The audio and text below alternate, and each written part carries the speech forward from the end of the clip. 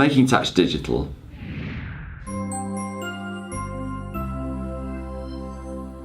Making tax digital is going to really change the way that individuals, companies, and we as agents react with the revenue, and it's going to change all the internal systems at the revenue. Now, I haven't talked a lot about this because it's an IT project run by the government, so it is quite a lot later than they were hoping to roll it out, but it is going to start to be rolled out from April next year. And I'd expect there to be quite a lot in the media about it in the run-up to that, because it's, as I say, it's really big.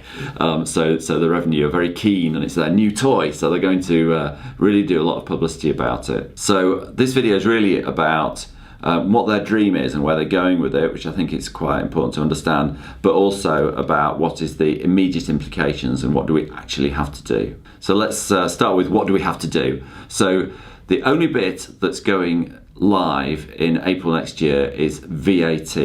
So you're going to have to provide your VAT return under the Making Tax Digital rules, which means that every company must have digital records from which they prepare their VAT returns. Now, digital records includes a spreadsheet. So it's not, they're not asking for rocket science. You will at least have got to have prepared your accounts on a spreadsheet in order to be compliant from April next year. Your VAT returns will have to be prepared quarterly as they are now, and prepared a month and a week in arrears like they are now. So nothing else really changes unless you've got manual records, in which case you will have to have some form of digital records. But this is part of a much bigger project. So take a personal tax return. At the moment, the way a personal tax return is done is that you do your tax return, it's filed at the revenue, and then the revenue have a whole load of reports that they'll do cross-checks with. So if you've put in your salary, they'll check that that agrees to what your employer has included as your salary. If you've got interest, they'll check that off against what the bank tells them you've been paid as interest. If you've got rental income, they'll get records from the letting agents and check that the properties are consistent with the properties in people's tax returns. So they'll do a whole load of checks like this, but it's all done sort of the wrong way around. So they'll get you to do your tax return, and then they'll do the checks.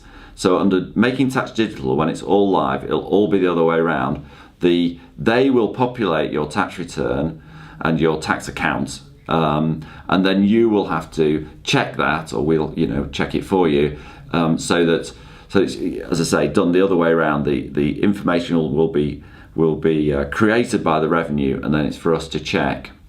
And in many ways that makes a lot of sense, because at the moment it's like they're sort of testing on whether we can get information from one place to another accurately, and it's all a bit peculiar. So having that done will be a big step forward, I think.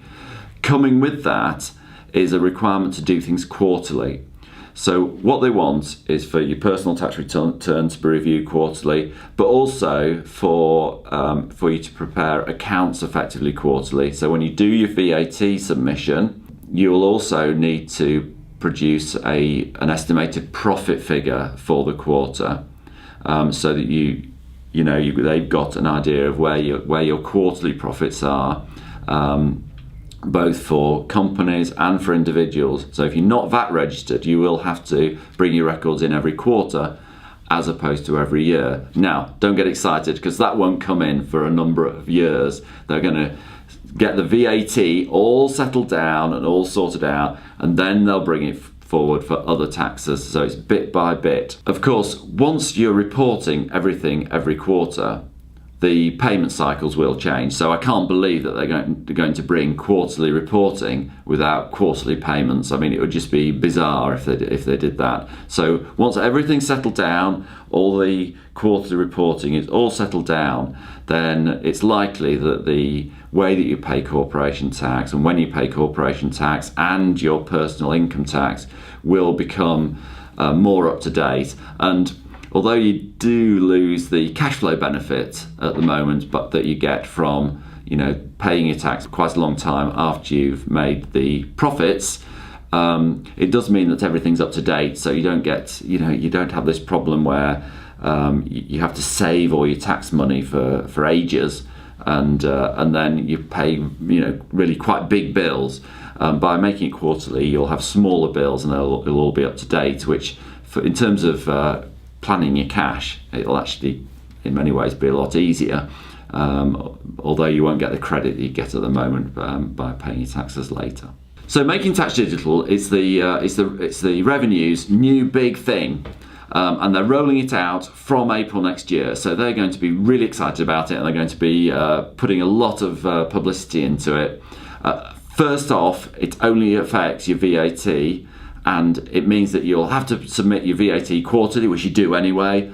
And it'll mean that you'll have to have digital records if you're VAT registered.